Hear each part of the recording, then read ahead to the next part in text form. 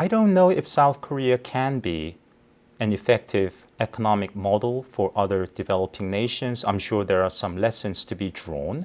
For example, as South Korea was developing rapidly in the 1960s, recording basically double-digit numbers, 10% growth each year, the income disparity between urbanized cities and the rural provinces became more acute. So in the early 1970s, the then South Korean president, President Park Chung-hee, initiated a program called New Village Movement, basically paying attention to the rural provinces, giving local governments subsidies, low interest loans, providing free cement, free fertilizer, providing electricity to rural households.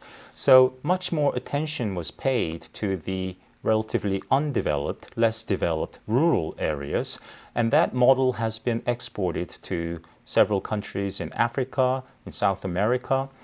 So that's certainly, a lesson that most developing nations can draw from. At the same time, most of South Korea's economic success comes from what's called an export-oriented model, an export-oriented policy.